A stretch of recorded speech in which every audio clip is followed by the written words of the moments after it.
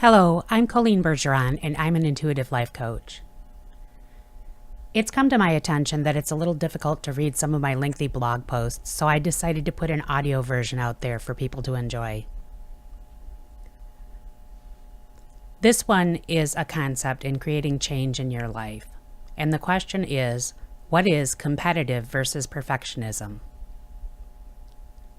Use of free will to change how you feel about a situation or decision and alter perception is our personal gift as humanity.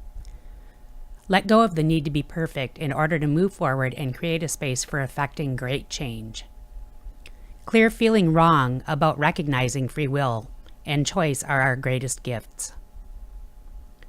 What does the perception of competitive mean to me? It means training diligently to be the fastest, best, and win. It means to engage a team and win a game series or trophy. Yes, I once did that. In school, I collected A's. We played foursquare at lunch, and my goal was always to get into the serve box and not let anyone set me out of that space. I would be there for weeks, and the only one person ever challenged my serve spin, and if he did not get me out on the return of my serve, I could hold him in the third space for an extended period of time. After school, I collected trophies, badges, and pins. I was described as competitive. I participated in many sports-related activities in my youth. I was the pitcher for the championship slow-pitch softball team.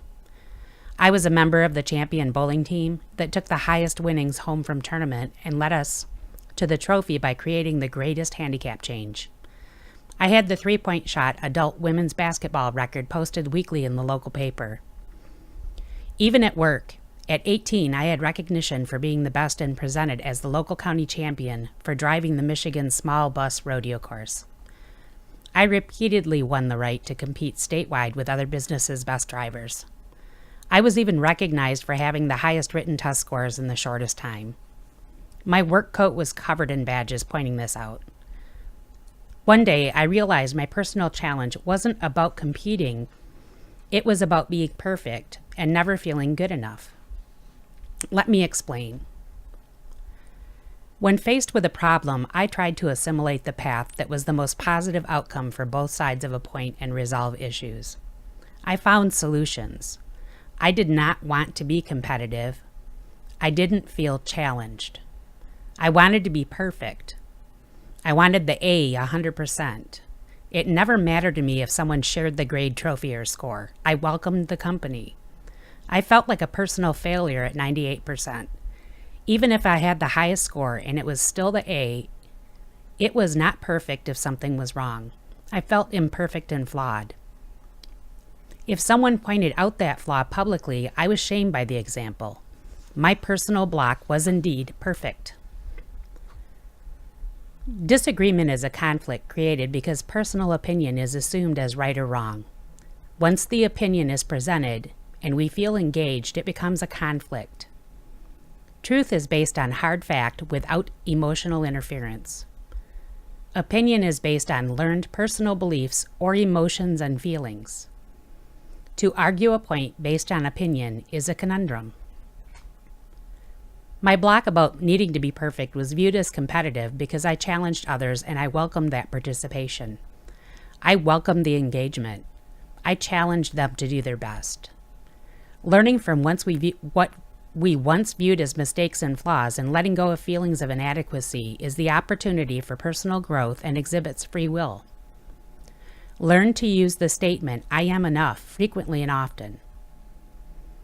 Personal accountability in great communication begins with first-person language statements that begin with I, me, or we. I can only change me.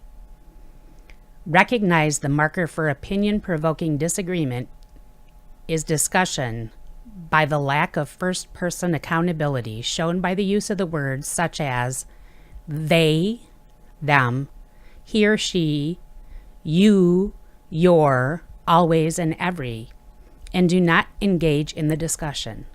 They do not reflect truth. They reflect opinion. I can only change me, and together we can achieve success and clarity based on fact and truth.